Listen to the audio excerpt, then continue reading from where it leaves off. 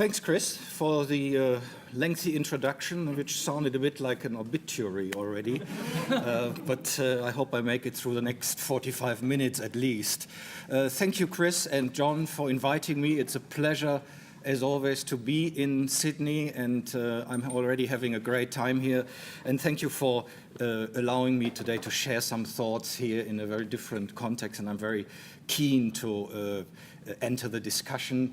Before I will briefly have outlined, major ideas around the shared value concept, but also my major reservations, in fact.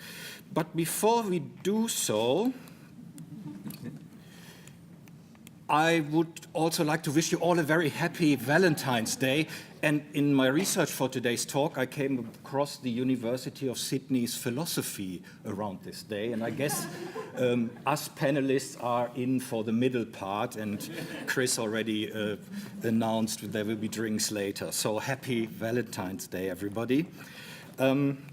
So I want to first assess a little bit the concept of CSV, creating shared value, talk about the limits, and then also contextualize this discussion beyond just doing a hatchet job on the paper written by a famous management guru. That's kind of a cheap shot and not worth our time this afternoon, but rather broaden the debate and in particular engage with people who actually work and implement the concept. My interest in actually finally writing this was that I got laughed out of an executive MBA program teaching the CSV idea, where students said, you're not seriously telling us that this is working, right? And this will save contemporary capitalism. And so a lot of my concerns, as academic as they might sound, are actually very much driven from practitioners and students, like not totally buying this. In that sense, then, let's just remind what we are talking about. Harvard Business Review published this paper, and this is not a paper by someone in the CSR world sharing an interesting idea. This is no less intended how to fix capitalism. It's one of those many papers we have read, and Harvard Business Review clearly is a popular outlet for this. How do we deal as business academics, but also business leaders with the bad name and the popular suspicion against the contemporary model of global capitalism? And Porter clearly pitches this as a contribution to, saving the capitalist system. This is really a big idea in that sense. So we have to kind of see that the criticism leveled against the paper is very much also measuring and holding it against its claims and its intentions, right? So what are we talking about? What is the idea about? First of all, Porter says business can think creatively about new products or serving new markets where social needs can be addressed by business in a way that automatically creates value for business. Microfinance is a big example, for instance, where you create a new product, access a new market. Lots of other examples. Redefining productivity in the value chain. A big example here would be Walmart, who over the last 5 years saved $500 million by making its supply chain more eco-efficient. UPS is another example, implementing a host of measures, including, for instance, funnily, to prohibit their drivers to make left turns, because they found out that a lot of time and energy is wasted on that, on aggregate for the entire corporation, things like that. And of course, finally, also his not so new idea about cluster development, but the idea which, is about putting together local clusters which can integrate supply chains, where the waste of one company can become the input product of the other. So the fairly clear ideas. And candidly, there are benefits. It is, first of all, I think one thing we have to credit Porter for is that he really engaged the business community. And that's a skill not many of us have, and I think he does that really well.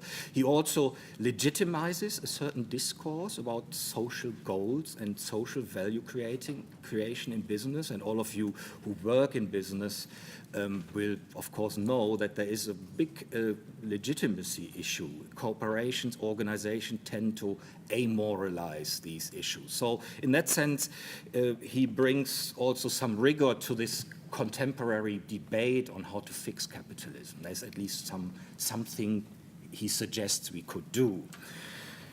And in many ways, I think he summarizes a lot of the very varied and sort of anarchic literature on CSR, social enterprise, social innovation, under a fairly handy, easy to address and understand concept. And so in that sense, it is no surprise that this became a very successful, very powerful way of talking about business responsibility. It got picked up very vividly in the business community.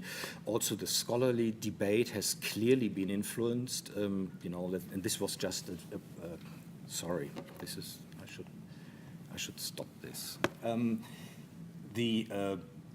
The debate in the scholarly world, the citations, and that was just last summer. It's probably double by this time. Clearly an impact, and most of it actually fairly positive, fairly embracing. Now, what's wrong with the concept then, you may ask? And I will briefly try to run you through my laundry list of concerns, which you find here, and of course end up with this wonderful number of 7 of those concerns. So let's first start with the idea that what Porter does here, and that's very important, is not just to say, okay, I have a new idea, there's something new companies can do. No, I have the idea how to fix capitalism, and everything we have done under the label of CSR so far is just rubbish. And the new idea in town is CSV. And all of you who are familiar with CSR, who actually practice this, know that what he tells us as CSR here is a straw man, is a caricature.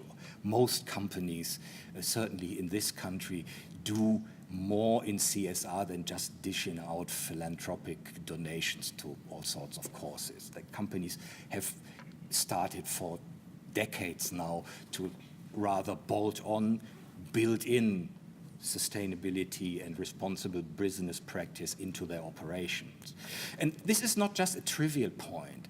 It gives our field a bad name with this proliferation of labels, concepts, ideas, citizenship, sustainability, corporate responsibility, corporate social responsibility, what Pierre-Yves Néron calls the conceptual anarchy in this field. And that's just bad academic work.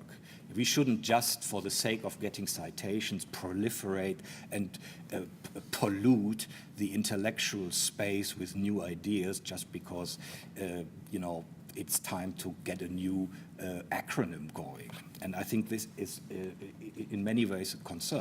The other thing, of course, is that Porter doesn't create much shared value in the most collaborative of value creation processes, which is the generation of academic knowledge. As much as many of his ideas are useful and I think have been embraced by a lot of you, and we will hopefully hear a bit more about that today, these ideas have been around and have been discussed fairly well under the label of social entrepreneurship and social innovation, and there's a literature, most notably published on the pages of the very Harvard Business Review, where these things are already out there. So, for instance, Stuart Hart wrote a paper where he calls Porter a pirate, an intellectual pirate, who just takes these ideas, for instance, around the bottom of the pyramid debate, and rebrands and resells it as CSV. Yeah.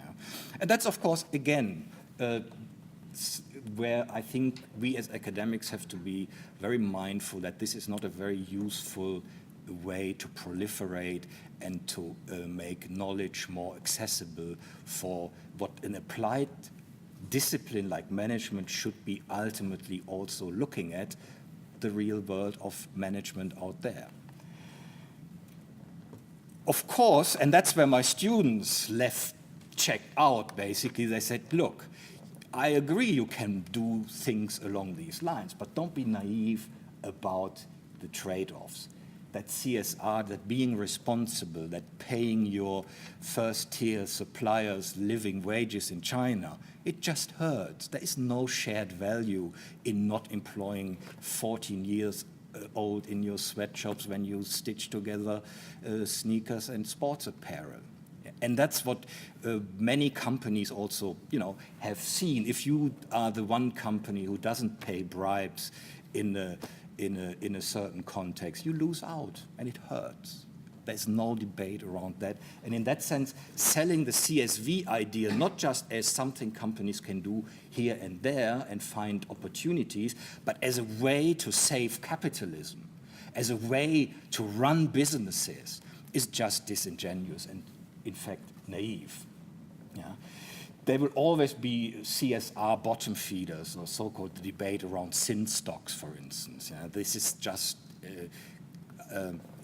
something we cannot gloss over if we are really interested in addressing the model of capitalism and make the current form of a private enterprise organization of private markets, private property in production factors, a more sort of socially responsible venture again. In that sense, in some ways, what Porter does feeds into all those people who have, for a long time, said that CSR is just a cynical window dressing exercise. Robert Reich in his work is very critical, or as Peter Fleming and Jerry Hanlon say it, it's a parasitical logic. It's a parasitical logic on an exploitative model of capitalism, which then finds little side games and side projects where a company can be responsible. And in some ways, this is also evident in the way this concept now works. The biggest adopters in the shared value initiative, for instance, if you look that up online, are Coca-Cola and Nestle. And undoubtedly, especially if you look at Nestle, they have taken this quite seriously and have done interesting and amazing things if you look the way they have changed and addressed their cocoa supply chain. These are really very, very interesting and I think model projects in addressing social issues by addressing the broader social context in the Ivory Coast and other things. This is great stuff. But what do these companies really make their money? What's the business model? Selling very unhealthy drinks. And if you then, just last year, this study by Michael Moss came out that this addiction or addictive potential of salt, sugar, and fat in a lot of processed foods, and this is the main business of these companies, is not just something which came and which was company following consumer preferences. This was deliberately engineered and designed. And what does shared value, creating shared value ideas do with that? Because Coca-Cola and Nestle haven't changed this core approach. They haven't stopped selling Kit Kat. They haven't stopped selling sugary drinks. They just do little CSV projects on the side. And in that sense, it's actually a very treacherous way to sell this as if that could fix the current model according to which these companies work. It also glosses over that, of course, you can do what UPS did, what Walmart did, but the real problems in supply chain, and this is just a picture of the Rana Plaza collapse last year, where you again found a lot of the members of the Church of CSV happily producing still their goods and manufacturing parts of their supply chain in this very location. Yeah? And so, again, this is, at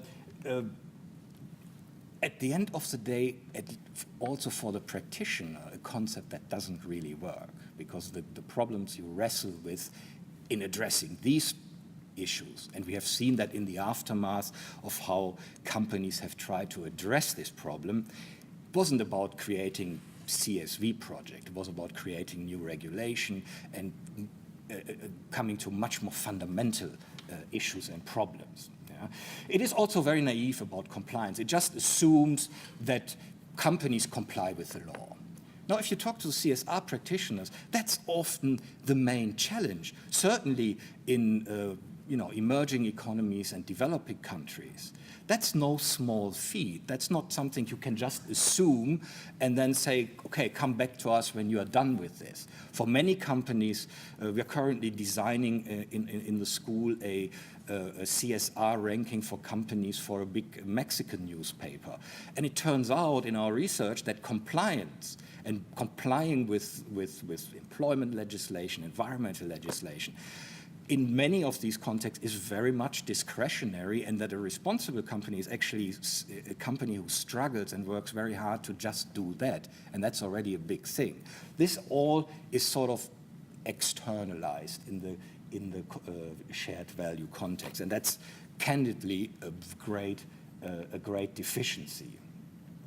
Now, you can also think about this cluster building idea, and here I think, again, from an academic perspective, I find this is a point where Porter is probably the most disingenuous, because he has written about it. That's one of his big things, and if you read his work until 2010, clusters, the existence of clusters followed very much a economic value creation rationale, and social value doesn't play a role at all, or environmental value, all the other values for society.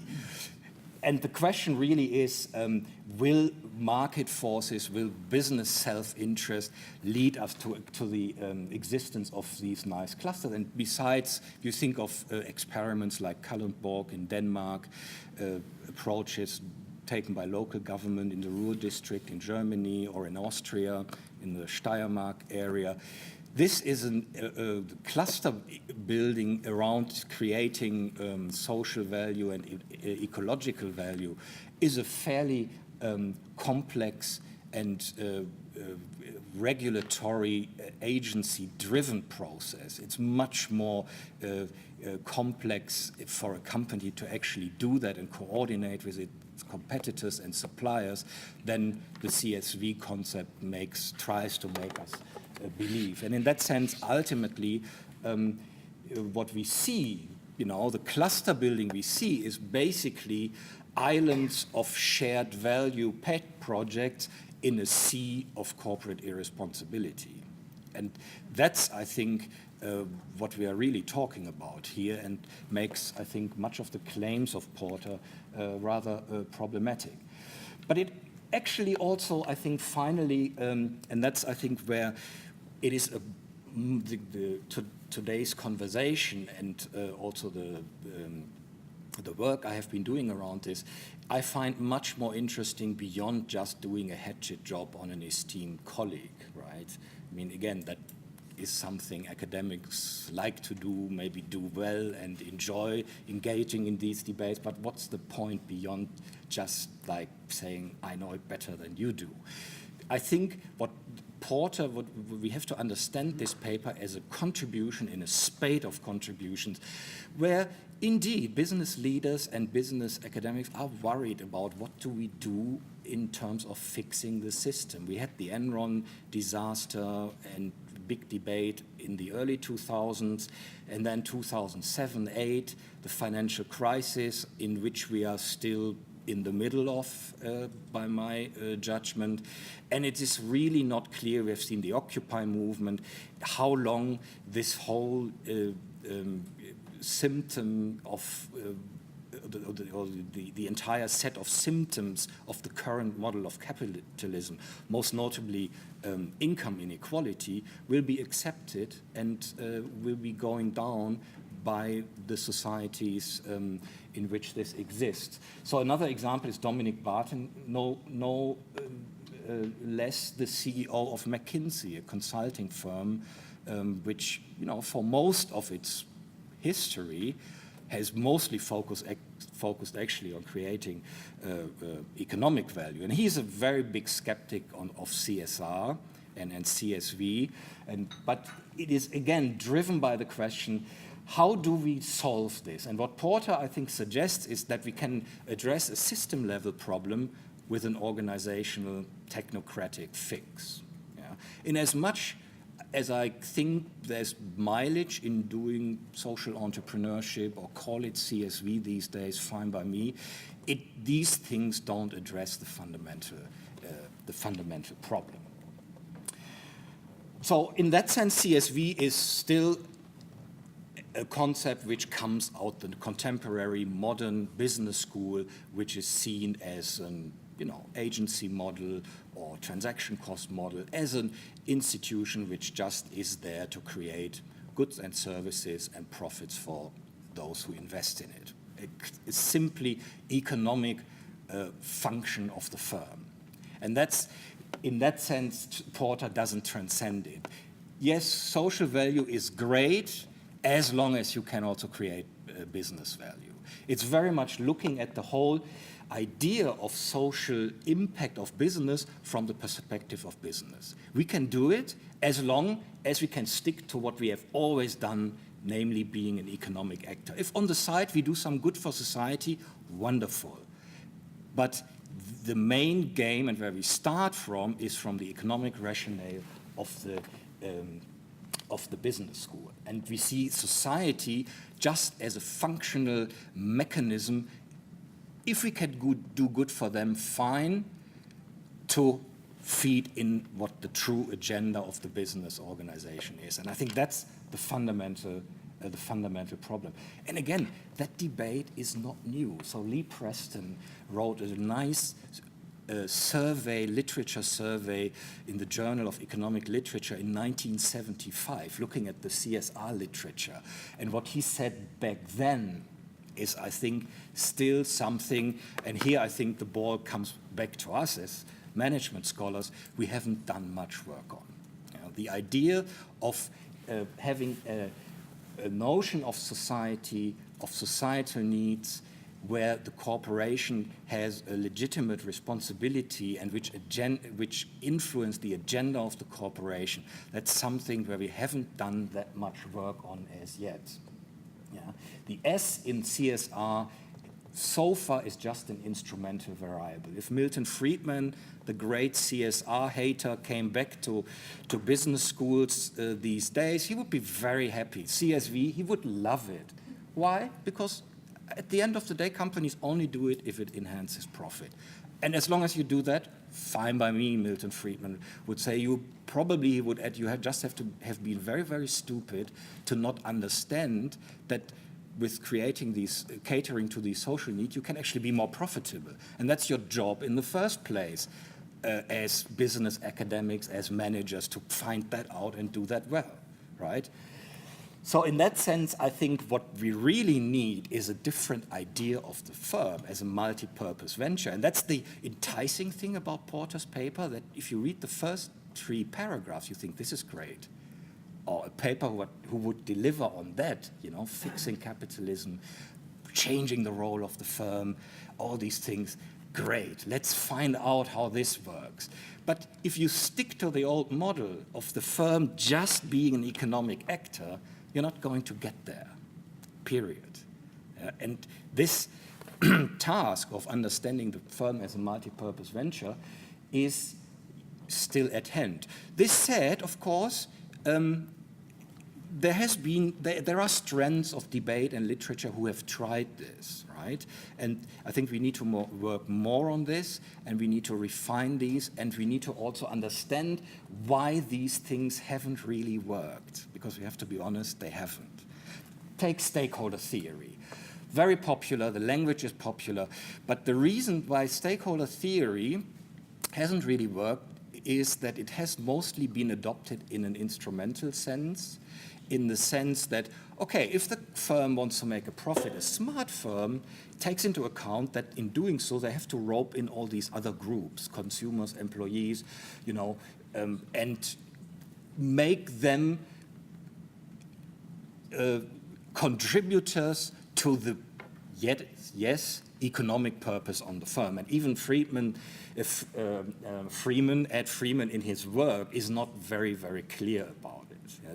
These are other guys who have said, okay, we have to also differentiate that stakeholder theory actually has a normative agenda, that it is about saying everybody who is affected by the corporation or has an effect on the corporation should have a normative right to determine how the corporation goes about its objectives. Yeah? And of course, the main problem in reality is still, certainly in the Anglo-Saxon world, the legal setup of the firm. The fiduciary duties of the board, of the CEO, are to shareholders in most countries. And that's ultimately why stakeholder theory doesn't really work, unless you make this tenuous case as a CEO that say, okay, treating my employees well, treating my customers well, ultimately makes me long-term profitable. If you can't make that business case, you're out. You're wasting the company's money. And that's a big issue, unless you have different forms of corporate law. If you look to France, Sweden, or Germany, where, for instance, at least employees have a different legal status and are, for instance, sitting on the board as stakeholders and can continue to govern the corporation, fine. I mentioned already the literature on social innovation and social entrepreneurship, and I think that's where I see the biggest value of CSV, and I see also why it got so much traction, that it got a very nice, handy, conceptual umbrella over this fairly diverse literature. What you see, though, in this literature, that this group of scholars and practitioners always had a very limited ambition. It was not about saving the world. It was addressing a certain specific need, mostly in areas of the globe where big corporations didn't come. How to address cataract surgery in India.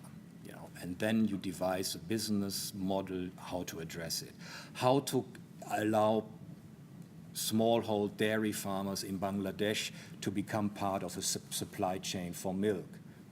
That's a nice solution. But these guys and the literature, and also if you would talk to Yunus, they never have the ambition to save capitalism or come up with a core model for the firm. And in that sense, if Porter had just relabeled this and stuck to that relatively modest agenda, fine. But leveraging this out as a solution for the entire show isn't just going to cut it. We also have, particularly in North America, the work by Donaldson and Dunphy on integrated social contract theory. That's an interesting theory in the sense that it starts very much from society. These two guys, certainly Donaldson as a philosopher, were looking at ways how corporations can maintain their legitimacy, and they argue that basically all corporate activities are based on individual mini social contracts where companies with government, customers, employees enter social contracts and thus allow value creation of the firm. And their concern is very much about the international level. What do you do if values differ and how do you integrate that? But that's certainly a very interesting way to understand the corporate embeddedness.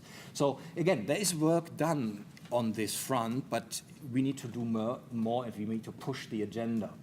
More recently, there's a vivid debate, and some of the colleagues here are right in the mix of that debate, thinking about the political dimension of corporate activity and saying, okay, corporations are not just economic actors, but they are also head over heels part in public governance. And I think climate change, for instance, is a topic that interests my colleagues here, and is part of the reason I was keen to come here and learn a little. And in that sense, we can understand that corporations from this perspective are very much actors that govern society, very much similar to governments, are in a situation, and that leads back to Porter, where the least of the worries of many of corporations is compliance, but to define the rules to which compliance then takes place. And if you think, the debate here in Australia, Kevin Rudd is now long gone, but when I came here 2 years ago, he was just gone for the first time. And why and how and how exactly did that happen, and what was the role of the specific industry in that. That's the interesting debate, and where we have to, can talk about a host of examples which has informed this discussion, where we then ultimately come a bit closer to the point saying, okay, if corporations play that role in society, society has new demands. And these are not just that they want to be fed little bits of CSV projects to appease the masses with bread and games, right? But they want corporations to trust, they want corporations to understand how they are governing the future of their children in terms of climate, for instance, and of course also find ways how to influence. This is very much a debate, I think, in terms of the challenges to contemporary capitalism, of how corporations and in whose interests they are governed. And in that sense, I think there is an agenda, there are ways, inroads, but I think this should really push us to explore this research agenda further. If you're interested in what I've said so far, it's out this week or any day now in California Management Review. I will stop here because we still have another event on Tuesday where we will explore some of these things further. I stop here and would be very happy to take some questions, I think, if we still have some time. That'd be excellent. And then also listen to the other panelists. Can't wait to hear. Right. Thank you. Thank you, Dirk.